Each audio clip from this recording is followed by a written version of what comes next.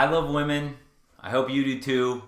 But there are definitely going to be times in your conversations with women when you have to stand your ground, show her that you have boundaries, and not be a pushover.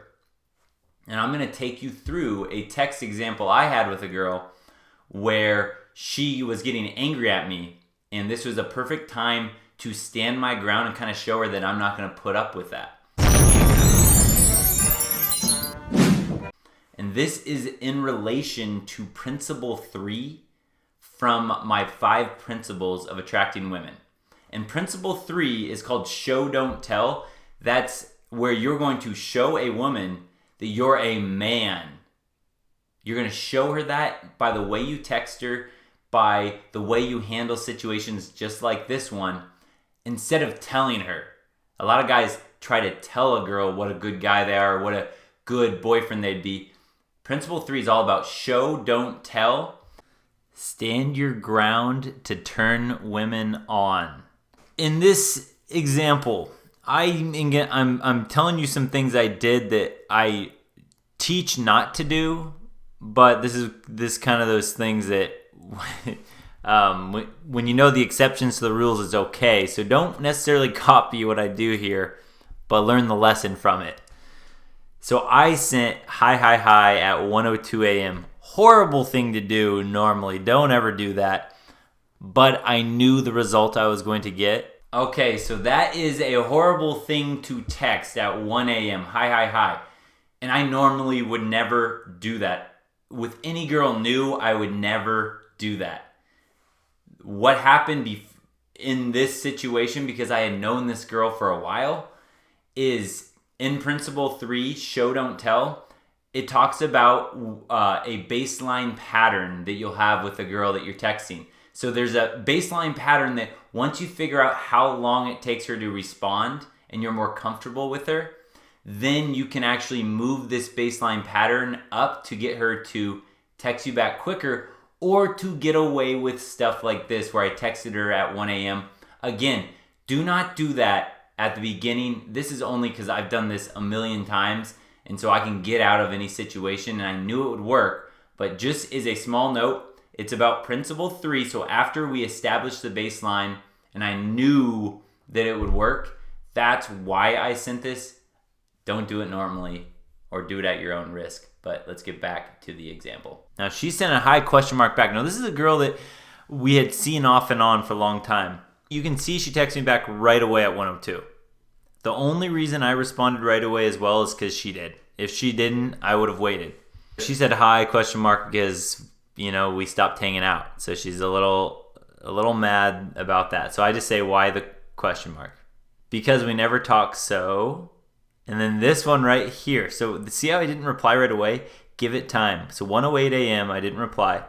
Then she says, why do you try to talk to me? At 1:16.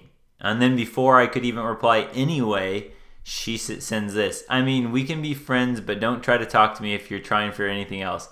Haha, I've moved on and I'm not into that. I want to clear something up that might be confusing. So at the very beginning of the text, I sent her a text, she replied right away, and then I replied right away. But here, at this point in the conversation, I'm telling you to wait and give it time before replying.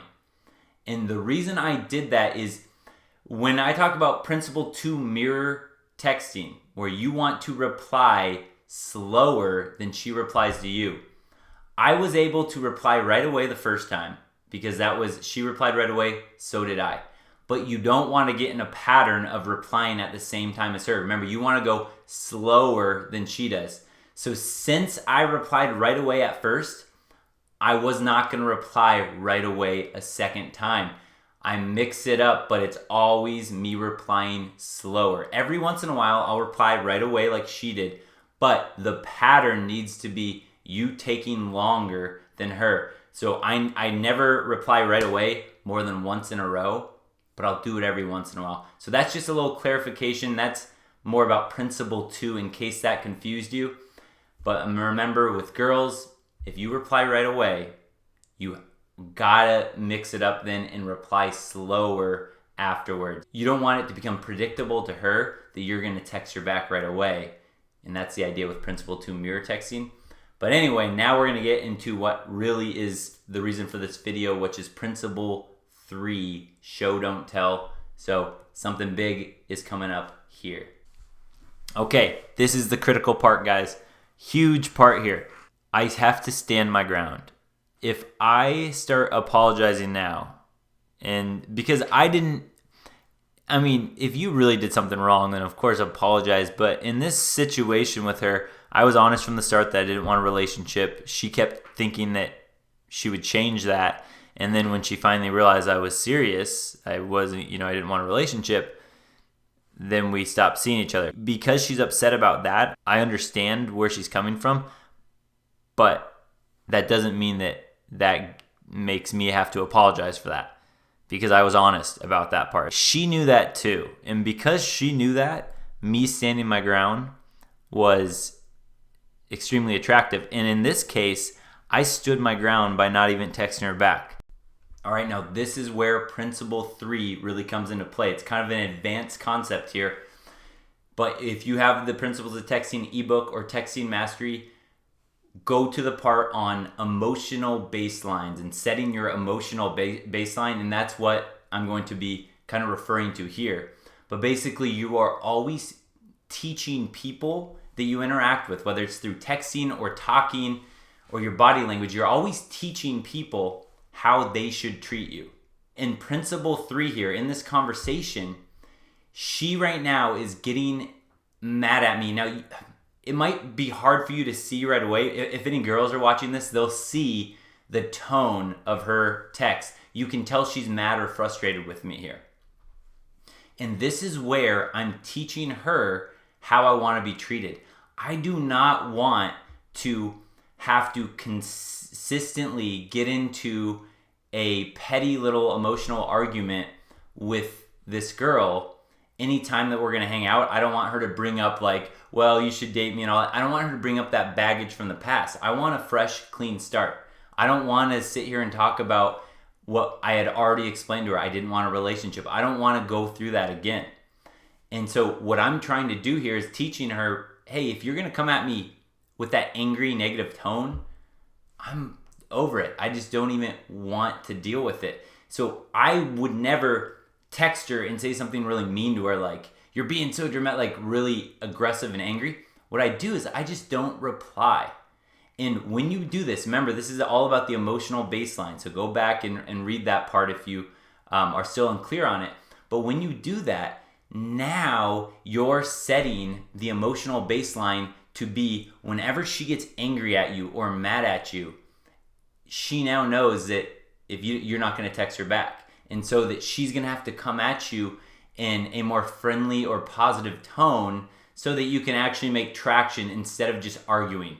Don't argue with women. It's pointless. Guys and girls, men and women argue from different angles, different viewpoints. And so you rarely see eye to eye. Just trust me. You don't want to argue with women. And this is teaching her that I don't want to, especially at 2 a.m., get in a texting fight or something. So that is why I am not replying. It's an advanced concept, but that's why I'm going to keep hammering this in with these text example videos. 8 minutes after that text, because I stood my ground and I was just like, I'm not going to play into that. I'm not going to apologize for this. She sends this text, Kay, I miss you, but no. So again, boom. Stand your ground if you don't have a reason to apologize. If you did something to hurt a girl, then yeah, that's on you. But if a girl is just trying to make you feel guilty, and this happens sometimes, and it's not really women's fault. It's just they get away with it so much that it's just kind of becomes a sort of entitlement thing. Not in all women by any means, but you probably know some women that kind of just expect you have to do everything for them. Sometimes women like this, she just was used to that. She was expecting me to apologize like other guys do, but I didn't need to apologize for that, so I didn't. And then after she said, "Okay, I miss you, but no," this is even bigger. So I already turned it all the way around just by not responding. But here's how I really turned it. if we hang out, I want it to be fun, not arguing mad at me. She knew exactly what I meant by that because I've told her in the past when she's tried to come over really late like this, like after she's been drinking, I tell her like, hey, I would love to see you, but I'm not going to argue with you. That's not how I want to spend my Friday night. She knows that I'm serious about that. And if she wants to come over and have fun and not bring up the past and get emotional, then we'll have a great time. By me saying that, that just cemented the fact that when she came over, we just had a great time and we didn't have to argue about anything in the past. And it's because I stood my ground and I was firm, but I was not rude by any means. I just was firm. That's it. You don't have to be rude, but just know your boundaries and then don't push back on them. And then I want it to be fun too. Look how her mood changed. I want it to be fun too. Answer my call. She texted me that 2 minutes after. Call me back if you want to talk. So then she called me a few times. I was busy for a second, but look how quick that turned around. So again, the lesson here is stand your ground if you have a good reason to. So don't just flop for no reason.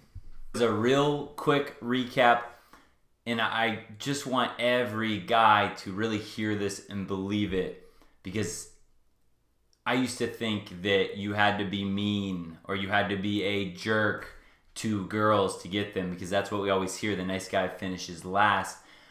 But there's a huge difference. Nobody likes a dickhead. Nobody likes a jerk. But the difference between being a nice guy and being a nice guy that's attractive to women is when you learn how to stand your ground and you set boundaries. And if someone crosses those boundaries, you don't get upset and freak out and get all emotional. You just pleasantly excuse them from your life. That right there is how a nice guy can have absolute power. And women truly do want a nice, good guy. They just don't want it to be a weak and needy guy. She wants to know that you have good morals and all that, but she also wants to know that you have boundaries that you won't cross for anyone, not even her. Don't forget, subscribe, like, comment, share the video, but definitely subscribe. Peace.